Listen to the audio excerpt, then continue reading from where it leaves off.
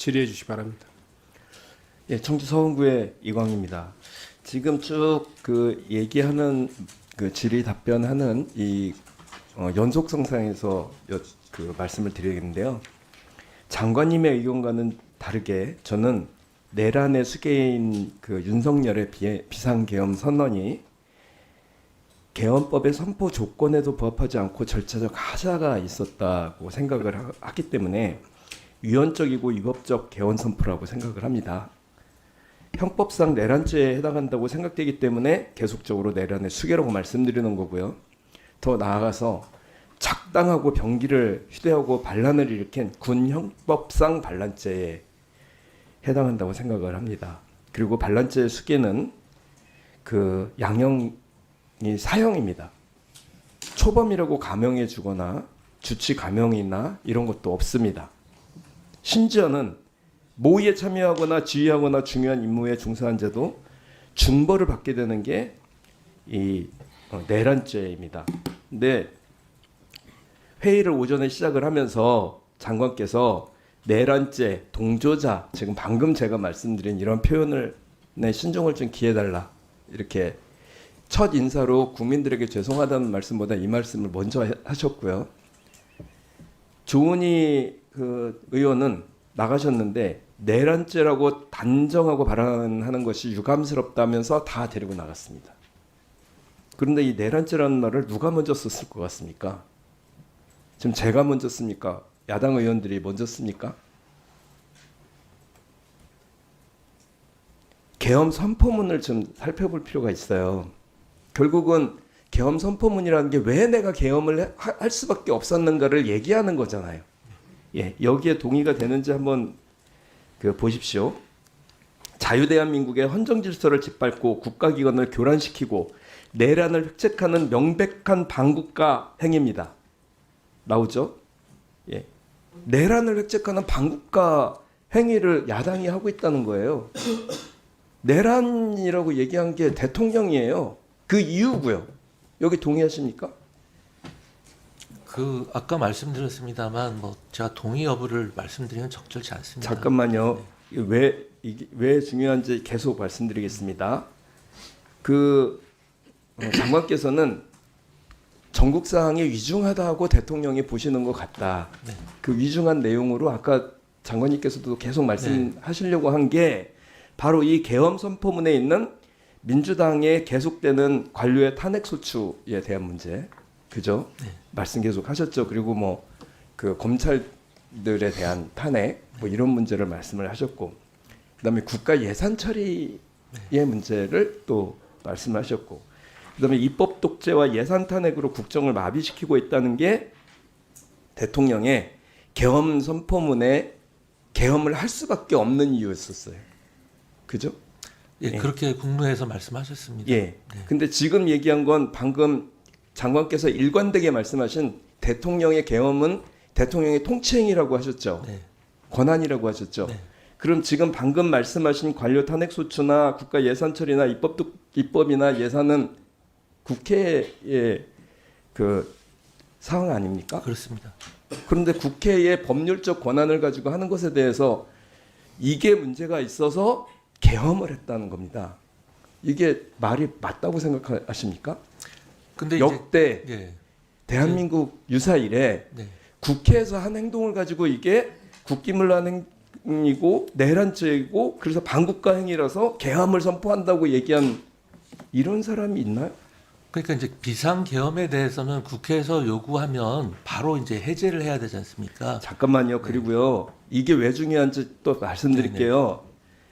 조금 더 나가면은 국회를 범죄자 집단의 소굴이 되었고, 저희 다 범죄자 지금 소굴이에요. 여기서 지금 답변하시고 계시는 범죄자 소굴에게, 범죄자들에게. 그 점에 대해서는 제가 그리고 정준생 자유민주주의 체제의 전복을 기도하고 붕괴시키는 괴물이라고 표현을 해요. 역대 대통령이 이런 식의 표현을 하는 거 보신 적 있습니까?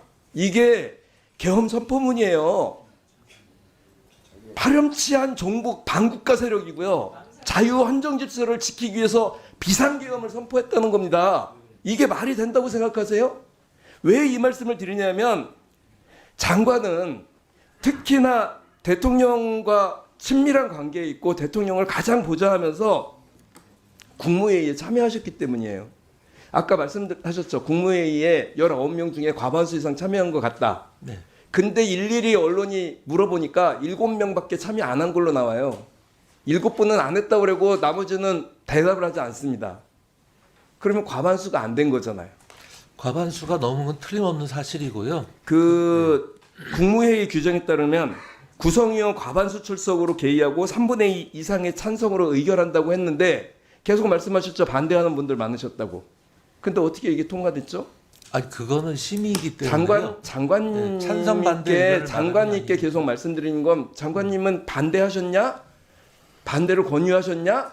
이거 하면 안 된다고 말씀하셨냐고 계속 물어보는데 거기는 답변하지 않으셨어요. 그죠? 네. 답변 오늘 하루 종일 안 하셨어요. 네. 그러면 무슨 장관님은 나치의 유태인 집단 학살에 동조했었던 아이만입니까? 그게 아니고요. 장관님의 시민은- 생각이 왜 네. 중요하냐? 그 당시에 대통령과 독재를 했고 마지막 결정을 내리는 그 순간에 이게 문제가 있고 내란 혐의가 있다고 판단을 하셨으면 막을 수 있었던 마지막 분이시기 때문에 그래요. 지금 그거 안 하시고 동조하신 거 아닙니까? 대통령님의 권한 고유의 권한 행사를 고유한 권한이라도 장관이 어떻게 막겠습니까? 고유한 권한이라도 그러면 공범이세요? 아, 무슨 말씀을 그렇게 여기에 하십니까? 대해서 합의하신 거잖아요. 지금 합의가 아니죠. 장관님께 네. 계속 말씀하시는 거는 이 윤석열의 뜻에 의해 계엄이 정해지고 선포된 어떤 절차적인 것보다 대통령의 뜻이라서 됐다는 게 훨씬 더 근데 국민들은 이에 대해서 70%가 뭐 오늘 나오는 거 보니까 70%가 넘는 분들이 이것은 적법하지 못하다. 적당하지 못하다고 판단하고 있어요. 그리고 탄핵을 해야 된다고 생각을 하는 문제입니다. 지금 70%대 나머지 한 20% 되는 분들 위치에 서 계신 거예요. 근데 해필이면 장관님이 행정부 장관들하고 마지막 회의에 국무회의를 할 때 그때의 결정으로 이 계엄이 결정이 됐다는 거예요. 거기에 대해서 아니 책임을 그거 지시는 거잖아요. 그 의원님 지시는 그렇게 거잖아요. 말씀하시면 곤란한 게요. 왜 그래요? 그 국무회의는 의결하는 그 이 비상계엄 선포에 있어서 의결하는 기관이 전혀 아닙니다. 그렇기 때문에 찬반 의견이 따로 없었다고 제가 국무회의 누누이 규정은- 말씀을 드리는 겁니다. 국무회의 규정은 과반수 출석이고 3분의 2 이상 찬성으로 의결한다고 되어 있어요. 국무회의 규정이고요. 근데 그 개헌법을 해야 보시- 되는 거잖아요. 아니요. 헌법에 따르면 국무회의 심의를 거쳐서 하도록 되어 있습니다. 헌법에 따라서 국회의 권한을 가지고 그 어떤 이 비상 개헌 선포를 했어요. 국회의 권한을 가지고요. 국회 지금 그 제가 지금까지 말씀드리지 않았습니까? 네. 개헌법을 선포하는 조건에 개헌 선포의 조건에 국회에서 하는 일들을 거론하면서 아 포고령 말씀하시는군요.